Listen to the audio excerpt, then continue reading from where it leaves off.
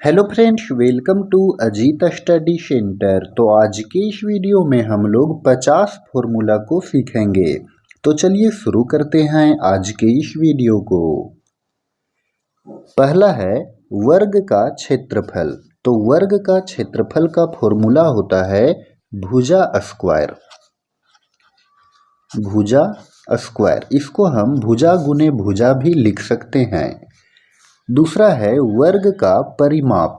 तो वर्ग का परिमाप का फॉर्मूला होता है 4 गुने भुजा। तीसरा है वर्ग का विकर्ण। तो वर्ग का विकर्ण का फॉर्मूला होता है √2 गुने भुजा। चलिए अगला है वर्ग की भुजा। तो वर्ग की भुजा का सूत्र होता है अंडर रूट क्षेत्रफल। अंडर रूट क्षेत्रफल या परिमाप बटा 4।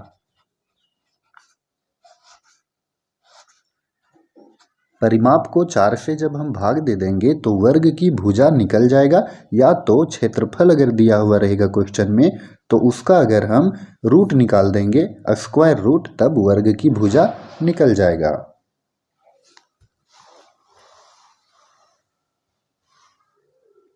अगला है आयत का क्षेत्रफल। तो आयत का क्षेत्रफल का सूत्र होता है लंबाई गुने चौड़ाई।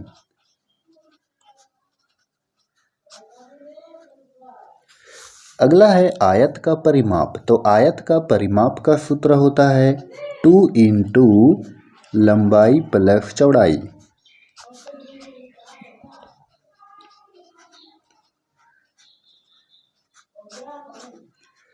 अगला है आयत का विकर्ण। तो आयत का विकर्ण का सूत्र होता है √अंडर लंबाई का स्क्वायर प्लस चौड़ाई का स्क्वायर। ठीक है, तो आयत का विकर्ण का सूत्र हो जाएगा √अंडर लंबाई का स्क्वायर प्लस चौड़ाई का स्क्वायर। चलिए अगला है आयत की लंबाई। तो आयत की लंबाई का सूत्र होगा क्षेत्रफल बटा चौड़ाई। क्षेत्रफल और बटा में हो जाएगा चौड़ाई।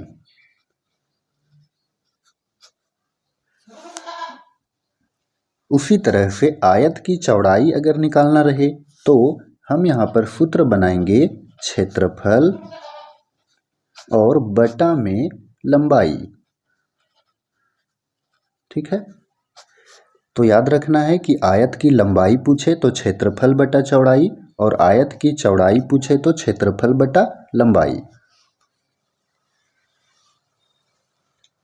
चलिए अगला है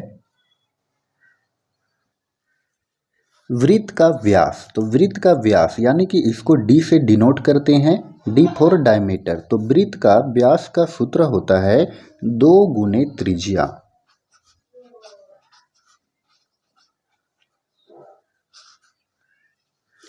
ठीक है, वृत्त का त्रिज्या जिसको रेडियस कहते हैं, r से इसको डिनोट करते हैं। तो वृत्त की त्रिज्या का सूत्र होता है व्यास बटा में 2।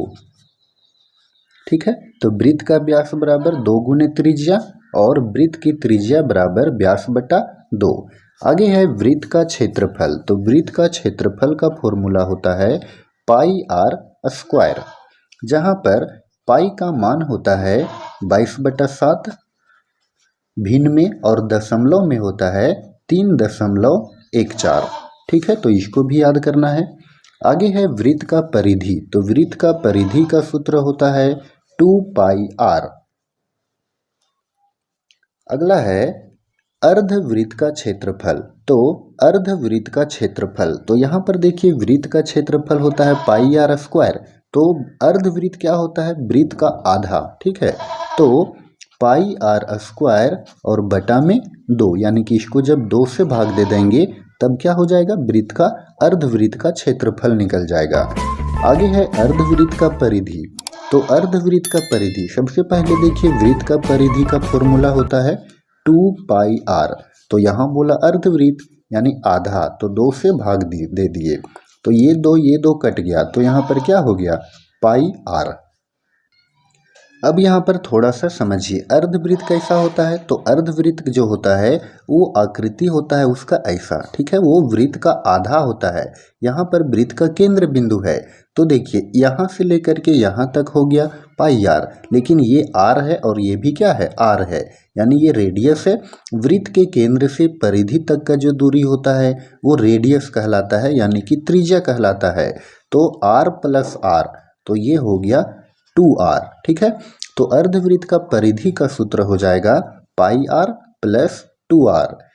फिर यहाँ पर क्या था अर्धवृत्त का क्षेत्रफल, तो वृत्त का क्षेत्रफल पाई आर स्क्वायर में 2 से भाग दे दिए, तो इसको हम ऐसे भी लिख सकते हैं 1/2 पाई आर स्क्वायर, ठीक है।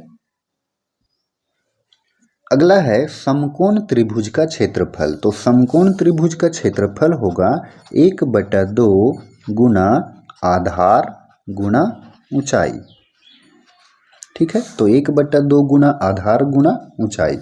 आगे है समलंब चतुर्भुज का क्षेत्रफल। तो समलंब चतुर्भुज का क्षेत्रफल होता है 1/2 गुना समांतर भुजाओं का योग, समांतर भुजाओं का योग, और फिर इंटू होता है ऊंचाई, ठीक है। तो समझ में आ गया। समलंब चतुर्भुज का क्षेत्रफल होगा 1/2 गुने समांतर भुजाओं का योग, यहाँ पर a प्लस बी आपको मिलेगा देखने को, ठीक है, और इंटू कर देंगे उसका हाइट से। आगे है सम चतुर्भुज का क्षेत्रफल।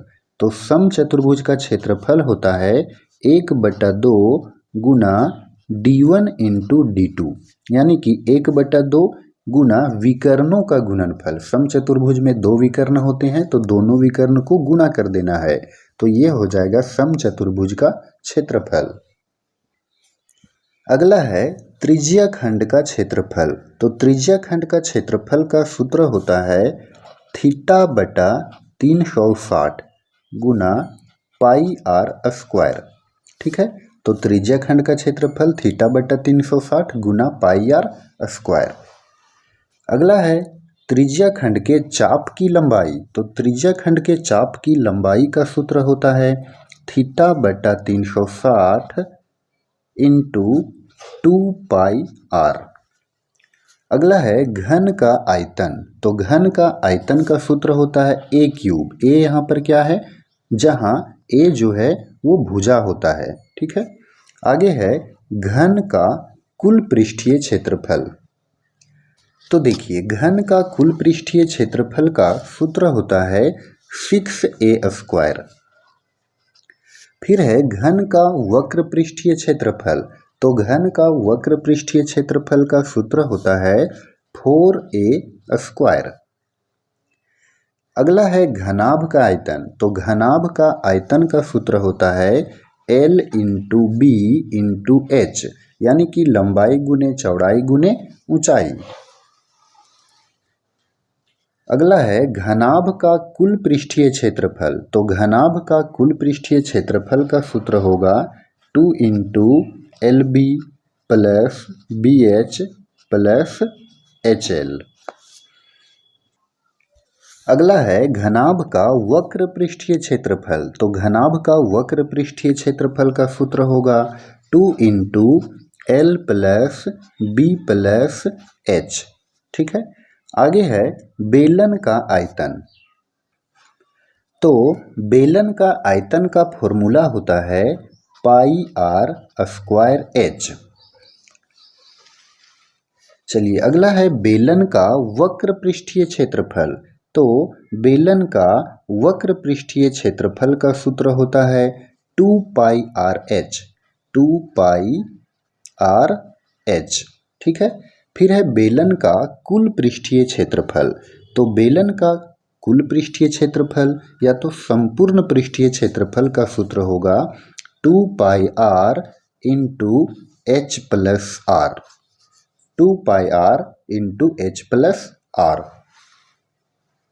चलिए अगला है शंकु का आयतन, तो शंकु का आयतन का सूत्र होता है 1/3 pi r square h. 1/3 pi r square h, यानी कि बेलन का आयतन होता है पाई आर स्क्वायर एच, उसमें जब शंकु का पूछा जाए तो 1/3 से गुना कर देना है। अगला है शंकु का वक्र पृष्ठीय क्षेत्रफल। तो देखिए शंकु का वक्र पृष्ठीय क्षेत्रफल का फॉर्मूला होगा पाई आर एल, ठीक है। अगला है शंकु का कुल पृष्ठीय क्षेत्रफल। तो शंकु का कुल पृष्ठीय क्षेत्रफल का फॉर्मूला होगा pi r into L plus r, ठीक है। चलिए आगे है गोला का आयतन। तो गोला का आयतन का सूत्र होगा 4/3 पाई आर क्यूब। नेक्स्ट है गोला का वक्र पृष्ठीय क्षेत्रफल। तो देखिए गोला का वक्र पृष्ठीय क्षेत्रफल और कुल पृष्ठीय क्षेत्रफल एक ही होता है, ठीक है। इसके लिए कुल और वक्र का प्रयोग नहीं होता है, बस होता है गोला का पृष्ठीय क्षेत्रफल। तो दोनों में सेम हो जाएगा, ठीक है, 4 पाई आर स्क्वायर, ठीक है। तो इसका भी कुल पृष्ठीय क्षेत्रफल वही रहेगा 4 पाई आर स्क्वायर, क्योंकि गोला जो होता है वो पूरी गोल होता है, उसमें हम वक्र और कुल कैसे निकालेंगे, इसीलिए दोनों का सेम ही होता है। आगे है अर्धगोला का आयतन। तो अर्धगोला का आयतन होता है 2/3 पाई आर क्यूब। अर्धगोला का आयतन का सूत्र हो जाएगा 2/3 पाई आर क्यूब।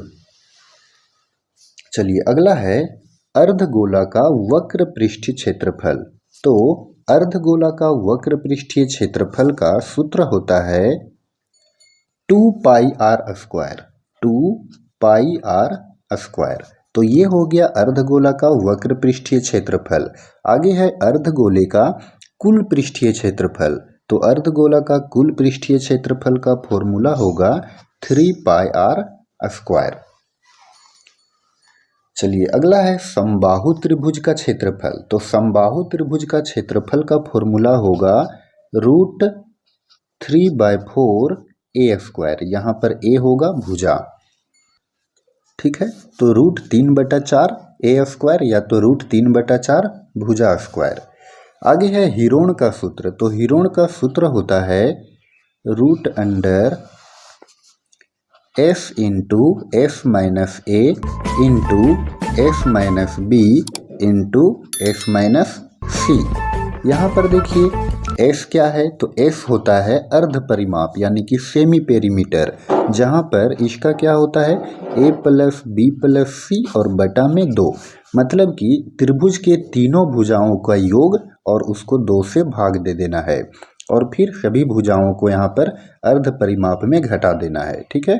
तो √S into S minus a into S minus b into S minus c, जहाँ पर S क्या है अर्ध परिमाप सेमी पेरीमीटर, तो S का सूत्र होगा a plus B plus C और बटा में 2।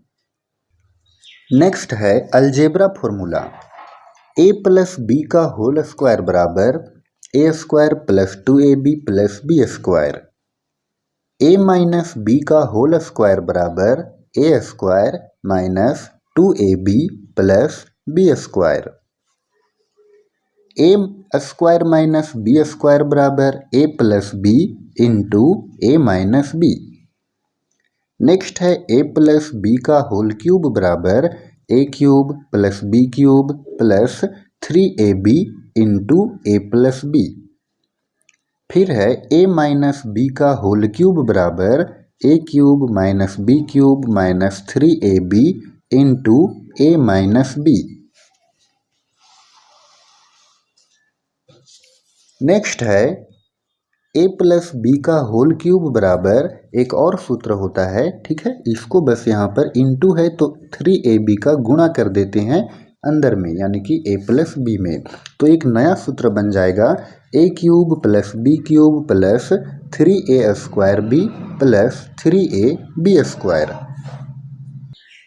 उसी प्रकार से a माइनस बी का होल क्यूब का भी फॉर्मूला बनेगा a cube minus B cube minus 3a square b plus 3ab square. Next है a cube minus B cube बराबर a minus b into a square plus a b plus B square. Next है a cube plus b cube बराबर a plus B into a square minus a b plus B square. और last है a plus B plus c का whole square बराबर a square plus B square plus c square plus 2ab plus 2bc plus 2ca। तो friends ये था 50 फॉर्मूले। तो अगर आपको ये वीडियो पसंद आया हो तो आप इस वीडियो को लाइक करें और चैनल पर नए हों तो चैनल को सब्सक्राइब जरूर करें। इस वीडियो को अपने दोस्तों के साथ शेयर भी करें। धन्यवाद।